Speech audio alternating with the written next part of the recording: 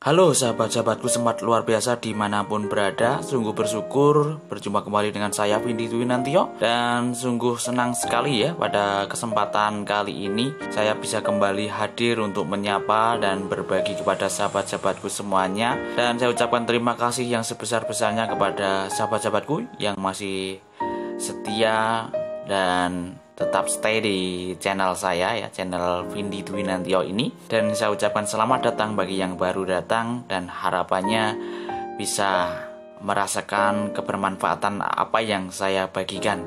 Dan saya ucapkan terima kasih yang telah mengapresiasi baik melalui like, subscribe dan membagikan video ini ke yang lainnya sehingga yang lain juga merasakan manfaatnya. Baik sahabatku semua ya, dimanapun berada, pada saat ini kita akan belajar sesuatu. Tetapi sebelumnya harapan untuk sahabatku semuanya sehat selalu dan tidak kekurangan suatu apapun, selalu dilancarkan dan dimudahkan dalam segala sesuatunya. Amin.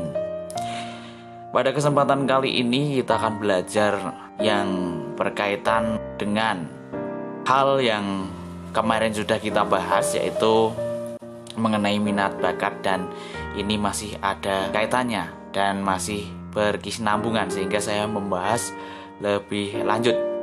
Yang beberapa minggu yang lalu saya berbagi mengenai teknologi dan kali ini mengenai tipe kepribadian. Nah, sebelum masuk ke pembahasannya, coba kita merenungkan terlebih dahulu. Pernahkah kita merasakan sesuatu ketika mengerjakan pekerjaan? Kita merasakan ketidaknyamanan dan ketidakcocokan, atau apa yang kita lakukan tidak sesuai dengan kehendak hati. Apakah pernah mengalami hal seperti itu? Nah, ternyata ketika kita melihat lebih dalam bahwa setiap kepribadian atau setiap individu itu memiliki tipe kepribadian. Oleh karena itu, hal ini ada kaitannya dengan minat bakat kemarin. Jadi kita tidak lepas dari hal itu, kita harus juga memahami tipe kepribadian. Salah satu untuk mengetahui minat bakat atau karir yang cocok dengan kita, salah satunya dengan asesmen, yaitu asesmen yang sering digunakan pada umumnya, yaitu menggunakan tipe kepribadian Holland. Jadi kalau teman-teman menempuh pendidikan di perkuliahan jurusan pendidikan atau BK pasti mempelajari yang namanya teori Holland, teori tipe kepribadian Holland. Tipe kepribadian Holland ini terbagi menjadi 6 tipe, yaitu realistik, investigatif, artistik, sosial, enterprising, dan konvensional. Nah, 6 ini ketika kita dilakukan tes tidak hanya satu saja. Jadi ketika kita melakukan tes dengan instrumen yang disediakan dengan mengacu dari teorinya Holland itu kita tidak hanya satu kepribadian, misalnya realistis gitu aja, lalu kemudian investigatif gitu aja, tidak. Tetapi itu nanti ada beberapa kecenderungan di dalam diri kita. Nah, itu yang paling tinggi mana, itu yang dominan, dan itu yang bisa digunakan dan bisa kemungkinan besar cocok dengan kondisi minat kita. Jadi ada minat, ada bakat, lalu tipe kepribadiannya sudah diketahui. Nah, seperti itu kita harus mengetahui ini. Fungsinya seperti itu, untuk mengetahui biar cocok minat bakat dan karir kita nantinya, begitu. Berikut penjelasan dari 6 tipe kepribadian tersebut yang sudah saya sebutkan di atas. Penjelasannya yaitu realistis biasanya terlibat dengan kegiatan penyelesaian masalah dan memberi solusi. Nah, ini tipe realistis. Jadi dia suka memberi solusi, penyelesaian masalah, konflik sebagai penengah dan sebagainya. Ini tipe orang yang memiliki kecenderungan di tipe realistis.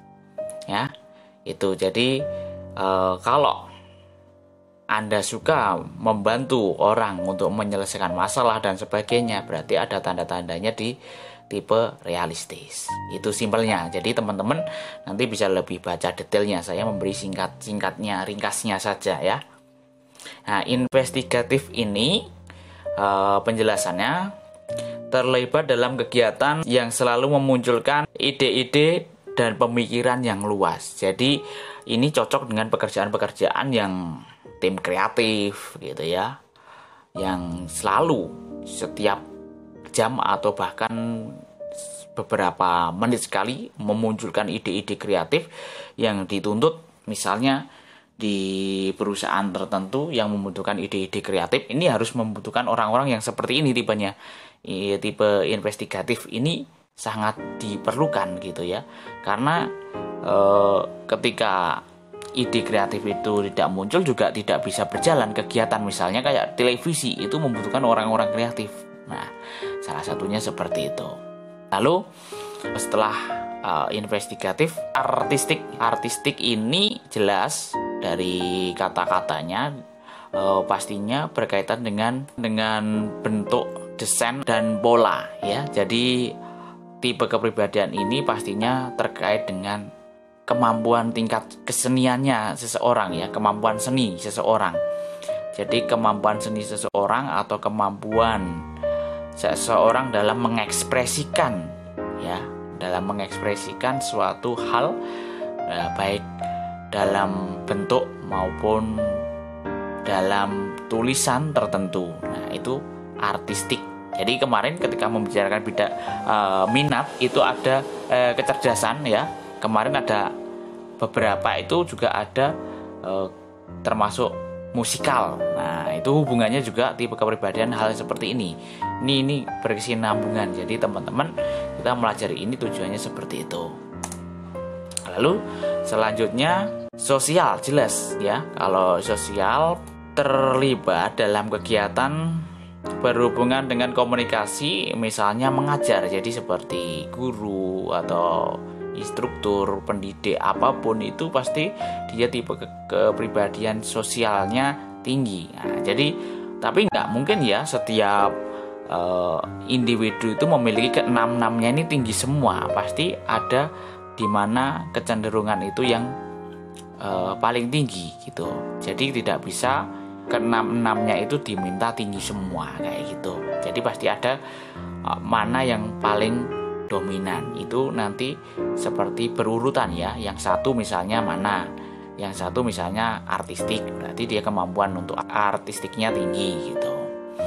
Lalu kemudian setelah sosial ada interpressing. Nah, interpressing ini terlibat dalam kegiatan inisiasi ya, atau kegiatan eksekusi project-project. Jadi lebih kecenderungan ke dalam kegiatan lapangan yang menangani langsung mengeksekusi setiap project. Jadi bukan memikirkan ide, tetapi melaksanakan dari ide-ide yang sudah ada, langsung dieksekusi oleh tipe kepribadian yang interpressing ini. Jadi ketika bekerja ini orang yang langsung terjun di lapangan.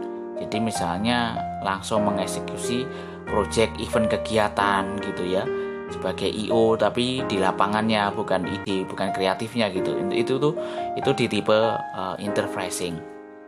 Nah, konvensional ini tipe kepribadian yang kecenderungannya ini terlibat dalam kegiatan yang mengikuti seperangkat prosedur rutinitas tertentu ya. Jadi intinya tipe kepribadian ini ciri-cirinya bahwa seseorang lebih cenderung terlibat dalam kegiatan yang bersifat prosedural dan rutinitas. Jadi dia harus ajak ketika ada perubahan sewaktu-waktu, dia nggak mau dan nggak siap, pasti menolak. Kebanyakan kalau orang yang tipenya konvensional. Jadi ini harus diketahui. Nah, itu ada 6 kepribadian yang sudah kita pelajari untuk sahabat-sahabatku Smart luar biasa dimanapun berada, dan mungkin bisa menambah pengetahuan kita sehingga kita bisa lebih menggali ya, atau melakukan asesmen terhadap diri kita atau